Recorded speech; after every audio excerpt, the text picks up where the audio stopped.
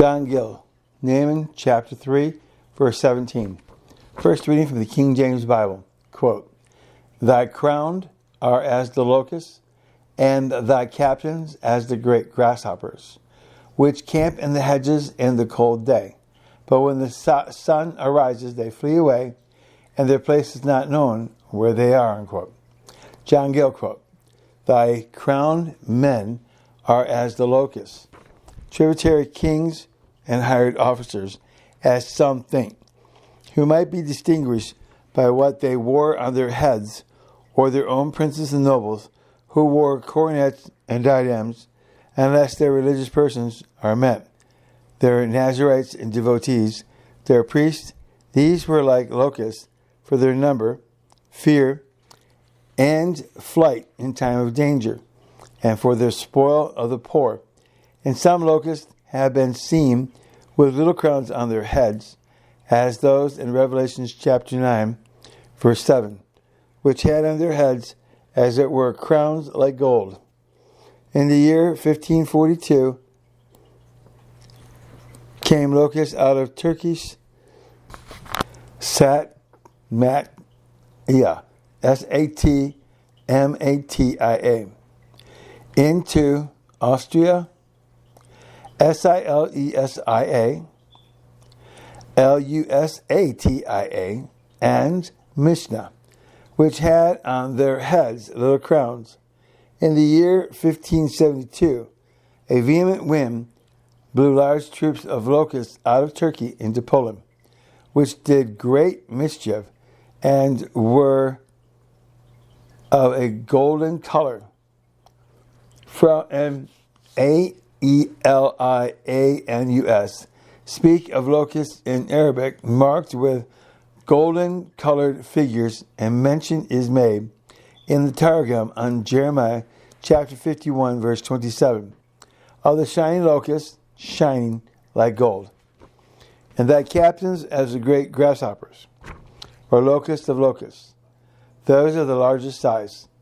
The Vulgate Latin renders the word for captains, thy little ones, junior princes, or officers of less dignity and authority.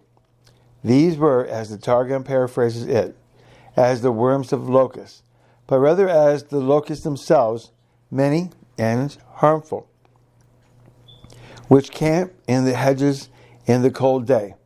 In the cold part of the day, the night, when they get into the hedges of fields, gardens, and vineyards, in great numbers, like an army, and therefore said to encamp like one.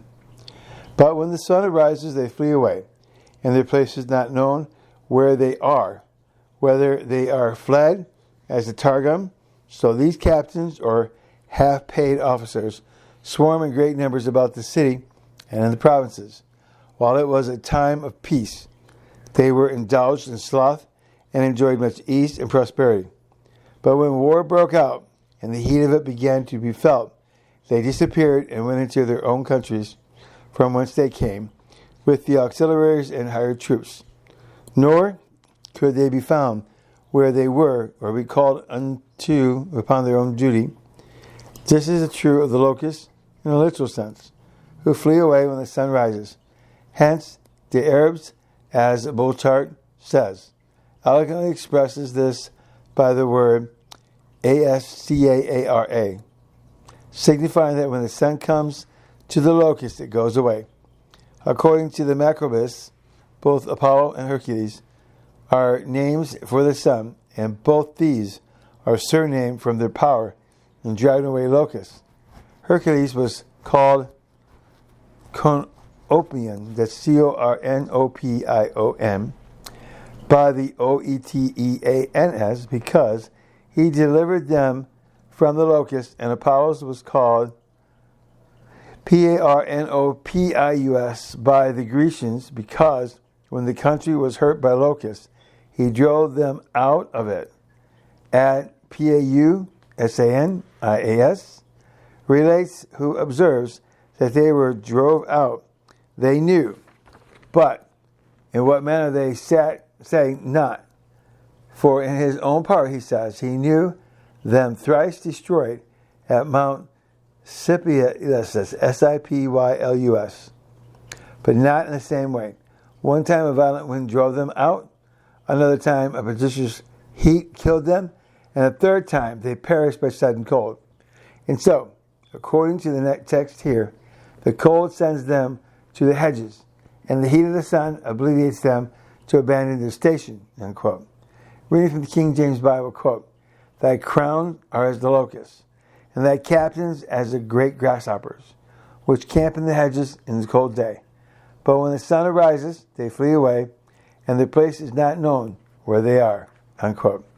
End of John Gill, Nahum, chapter 3, verse 17.